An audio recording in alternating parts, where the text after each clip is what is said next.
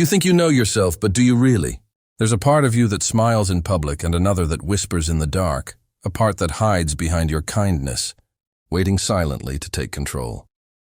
Carl Jung called it the shadow, and when it begins to rise, your thoughts, your emotions, even your morals no longer belong to you. If any of these signs feel uncomfortably familiar, it means your shadow isn't sleeping anymore. It's watching you, and maybe it's already taken over. Understanding Jung's warning. Carl Jung believed that every human carries a hidden side, the dark twin of our conscious self. It's not evil by nature, but it holds everything we suppress: our anger, envy, desires, fears, shame, and pain. We bury these parts because they don't fit our image of who we should be. But what we repress doesn't disappear. It grows stronger, silently shaping our words, actions, and relationships. When the shadow takes over, you might still look like you, but your choices no longer come from awareness. They come from the darkness inside you, the one you refuse to acknowledge. Jung warned, until you make the unconscious conscious, it will direct your life and you will call it fate. So let's dive deep into the hidden signs, the 9 red flags that your shadow is beginning to rule you. Because the moment you see them, you'll never see yourself the same way again. Sign 1. You start projecting your darkness onto others.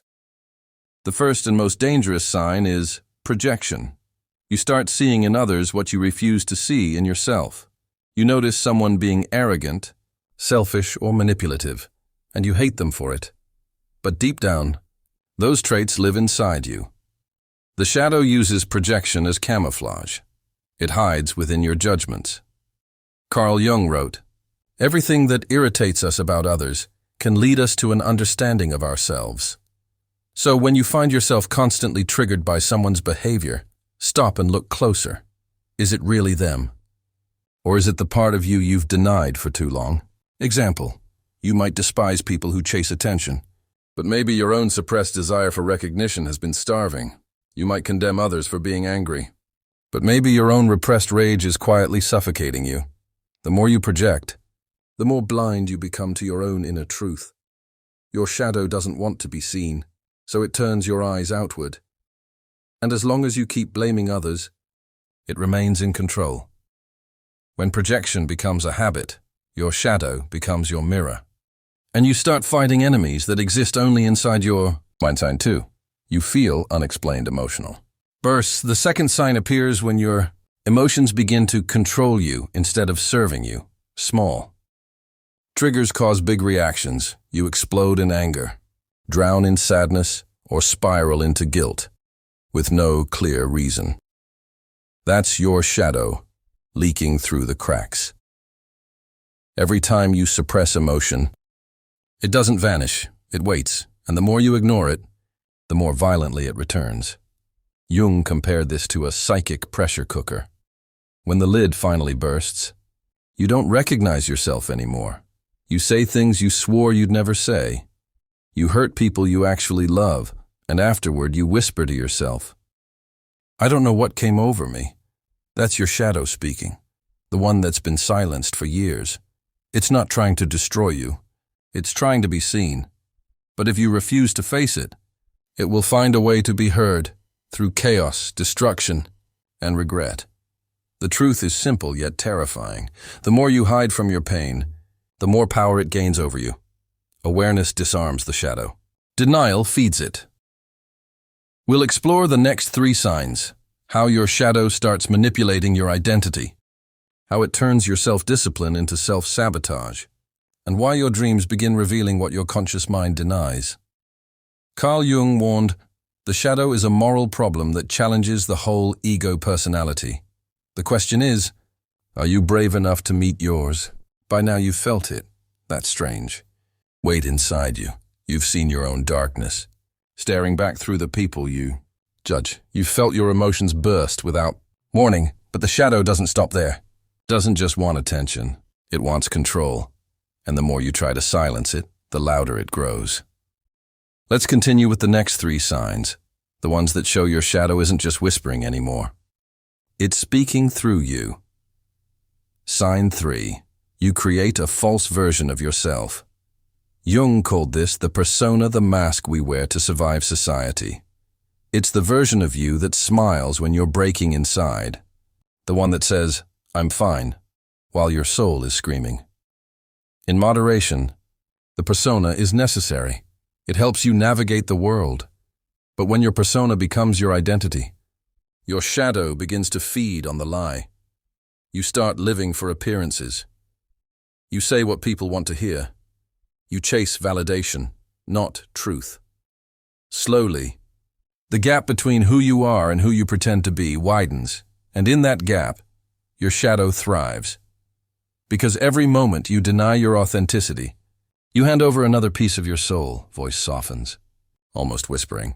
You may look successful, confident, and composed. But at night, when the mask comes off, you feel hollow, disconnected, and unknown even to yourself. That's your shadow showing you the price of pretending, and Jung warned. The privilege of a lifetime is to become who you truly are. The question is, do you even remember who that is anymore? Sign 4. You begin to sabotage yourself. This is when the shadow no longer hides. It starts acting through you. You make promises, then break them. You set goals, then destroy your own progress. You push away the people who love you most, and when things finally start going right, you find a way to ruin it. It's not that you consciously want to fail, it's that the part of you you've rejected doesn't believe you deserve to succeed. The shadow is the keeper of your unhealed wounds, your childhood pain, your guilt, your buried shame. And when those wounds remain unseen, they drive you to recreate pain. Because pain feels familiar. It's why some people fall back into toxic relationships, why they quit just before winning, why they repeat the same mistakes and call it bad luck. No, it's not bad luck. It's your shadow pulling the strings, making sure you never escape the cage you built for yourself. Jung once said, until you confront your shadow, you will continue to act it out in the world and call it destiny. Self-sabotage is the shadow's favorite disguise. It convinces you that you're cursed, when in truth, you're only haunted by the version of you you've never faced. Sign 5. Your dreams turn into psychological warnings. When your conscious mind refuses to listen, the unconscious begins to speak through dreams. Jung devoted his life to understanding this language of symbols, where every nightmare, every strange figure, every hidden room, there was a message from the depths of your psyche. If your shadow is rising, your dreams will reflect it. You might dream of chasing something, or being chased. You might see mirrors, darkness falling, or your childhood home in decay. These aren't random. They're invitations from your unconscious to face what you've buried. A recurring dream is never just a dream. It's a psychic emergency. Alarm, you can ignore it. But the more you do, the louder it becomes. Because Jung believed dreams aren't trying to scare you. They're trying to save you. He wrote, "The dream is a little hidden door in the innermost and most secret recesses of the soul. So if your nights are haunted, don't run from them. Ask what part of you is trying to return home. That's where healing begins. Not in denial, but in understanding. You've now seen the halfway point of the persona that hides you, the sabotage that breaks you, and the dreams that warn you. But the shadow still has deeper tricks." In the next part, we'll explore signs 6 to 8, how your shadow turns relationships into mirrors of chaos, how it feeds on control and guilt, and why it disguises pain as purpose. Carl Jung didn't just warn us about the shadow. He showed us that the only way to defeat it is to integrate it. By this point, your shadow isn't just hiding inside you, it's walking beside you. It's shaping how you love, how you fight, how you see yourself and others. And most people never realize it until they lose everything. These next 3 signs are the hardest to face, because they show what happens when your darkness stops whispering and begins rewriting your reality. Sign 6. You attract the same kind of painful relationships. Carl Jung once said, "The meeting of 2 personalities is like the contact of 2 chemical substances. If there is any reaction, both are transformed. Your shadow doesn't just live inside you. It manifests through the people you're drawn to. Ever wondered why you keep ending up with emotionally unavailable partners? Why do you attract manipulators, abusers, or people who treat you exactly like your parents once did? That's not a coincidence. That's your shadow repeating the lesson you refuse to learn. It uses relationships as mirrors, forcing you to see what you most avoid. If you fear abandonment, it draws people who leave. If you suppress anger, it attracts those who trigger it. If you crave control, it finds those who make you feel powerless. Until you face the wound, you'll keep meeting different faces carrying the same energy. Your lovers, friends, even enemies. They're all mirrors, not to show who they are, but to show what you've buried. And once you realize that, the shadow loses one of its strongest weapons, the illusion that your suffering is someone else's fault. Healing begins the moment you stop asking, "Why do they treat me this way?" and start asking, "What part of me keeps inviting this?" Sign 7. You feel the need to control everything. When fear runs your life, control becomes your religion. You plan every detail, predict every outcome, and panic when things slip out of your grasp. But here's the truth. Jung uncovered. Control is not power. It's fear pretending to be power. Your shadow feeds on uncertainty, so it convinces you that safety comes from control. Controlling others, controlling emotions, controlling destiny. But the more you cling, the more you suffer. Because life isn't meant to be dominated. It's meant to be understood. When your shadow takes over, you'll find yourself anxious, impatient, even cruel, trying to bend the world to your will. But what you're really trying to control is yourself.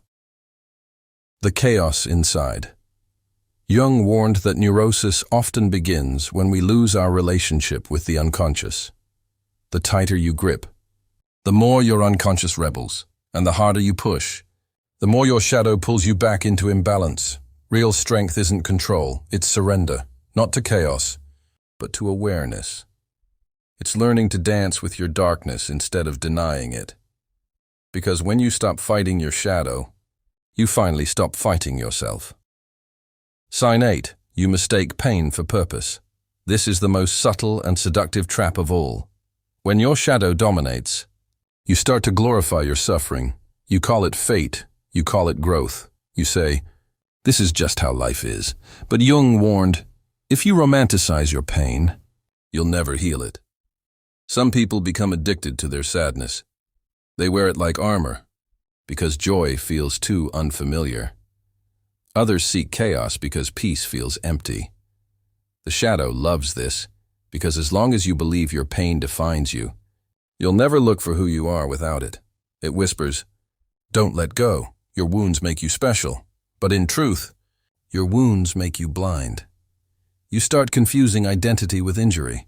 And the more you build your life around your trauma, the less room there is for transformation. Pain can be a teacher, yes, but it's not meant to be your home. There is no coming to consciousness without pain. But he also meant, once you become conscious, you no longer need to suffer to grow. Your shadow doesn't want to heal, it wants to survive. It will use guilt, fear, and victimhood to keep you from evolving. But the moment you recognize that, you step out of the shadow's illusion and into awareness. By now, you've walked through the dark corridors of your own psyche, through projection, self-sabotage, control, and pain. But the journey isn't over.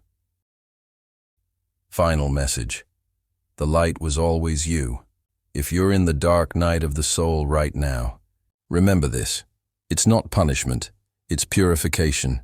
You are not being broken. You are being reshaped.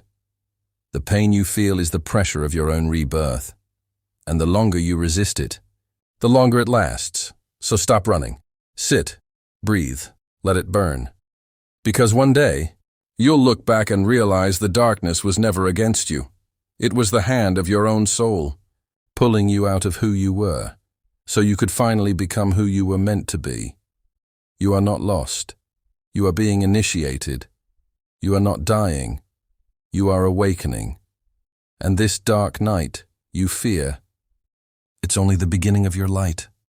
The most terrifying thing is to accept oneself completely, Carl Jung. Subscribe for more reflections on the hidden journey of the soul. Because wisdom isn't found in light, it's forged in the dark.